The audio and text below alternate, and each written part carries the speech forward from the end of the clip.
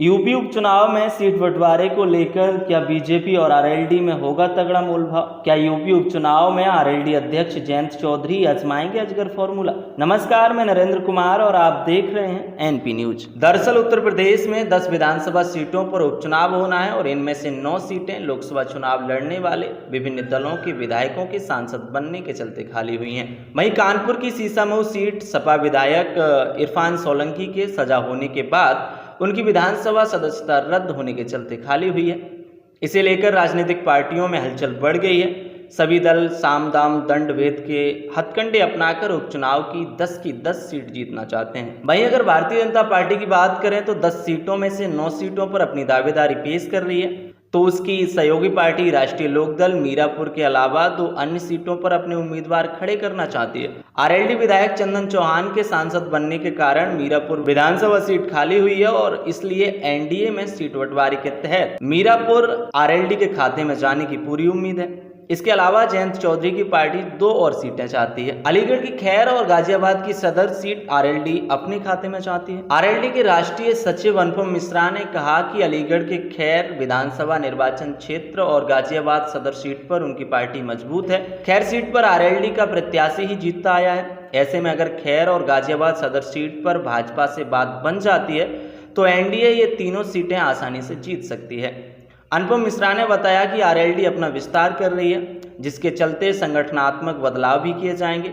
हमारे ऐसे कार्यकर्ता जो निष्क्रिय हैं या किसी दूसरे दल में चले गए उनसे संपर्क साधा जाएगा, उनसे फिर राष्ट्रीय लोकदल में वापसी कराने के लिए पूरे प्रयास किए जाएंगे। क्या दादा चौधरी चरण सिंह के अजगर फॉर्मूले को धार देंगे जयंत चौधरी? अनुपम मिश्रा के मुताबिक आरएलडी अध्यक्ष जयंत चौधरी अपने दादा चौधरी चरण सिंह के आजमाए गए अजगर फॉर्मूले को धार देने के लिए नए सिरे से काम कर रहे हैं। अजगर फॉर्मूले का मतलब है कि आरएलडी में आ से अहीर जो कि अनुसूचित हैं और अगड़ा समाज के अलावा जाट, गुर्जर और राजपूत समुदाय को भी अपने साथ जोड़ने के लिए और अधिक काम करेगी। आरएलडी के राष्ट्रीय सचिव अनुपम मिश्रा ने कहा कि अजगर को साधने से पार्टी का राजनीतिक कद और बढ़ेगा और इससे राष्ट्रीय जनतांत्रिक गठबंधन यानी कि एनडीए को अतिरिक्त ऊर्जा मिलेगी। वहीं अगर उपचुनाव वाली 10 सीटों में से बात करें तो 5 समाजवादी पार्टी के ही पास थी। आगामी उपचुनावों के लिए निर्धारित 10 विधानसभा सीटों में से 2022 के चुनाव में 5 सीट समाजवादी पार्टी ने जीती थी, जबकि 3 सीट बीजेपी ने और एक सीट उनके एनडीए सहयोगी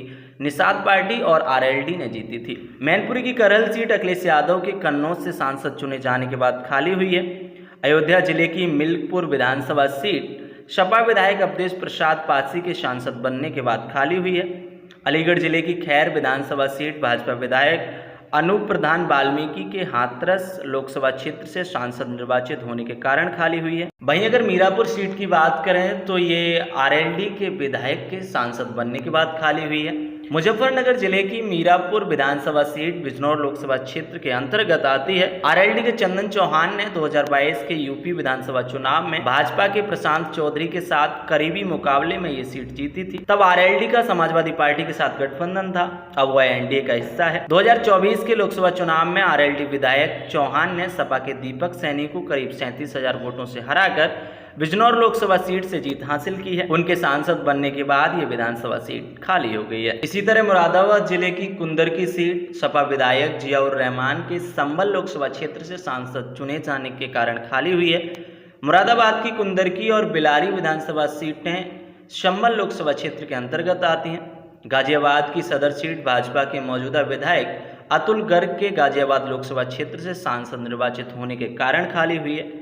प्रयागराज जिले की फूलपुर सीट से मौजूदा भाजपा विधायक प्रवीण पटेल फूलपुर लोकसभा क्षेत्र से सांसद निर्वाचित हुए, इस कारण ये सीट खाली हुई है। वहीं अगर मिर्जापुर जिले की माजबा सीट से विधायक रहे निषाद पार्टी के विनोद कुमार बिंद भाजपा के टिकट पर भदोही लोकसभा क्षेत्र से सांसद निर्वाचित हुए हैं, इसी कारण ये सीट खाली हुई है। अम्बेडकर नगर जिले की कटेरी विधानसभा सीट से मौजूदा सपा विधायक लालजी वर्मा अम्बेडकर नगर लोकसभा क्षेत्र से सांसद निर्वाचित हुए हैं, इस कारण ये सीट खाली हुई। कानपुर जिले की सीसामऊ सीट की बात करें तो सपा विधायक इरफान सोलंकी को अयोग्य ठहराए जाने के बाद ये सीट खाली हुई है। आगजनी के एक मामले में अदालत ने उन्हें 7 साल जेल की सजा सुनाई थी, जिस कारण उनकी विधानसभा की सदस्यता रद्द कर दी गई थी।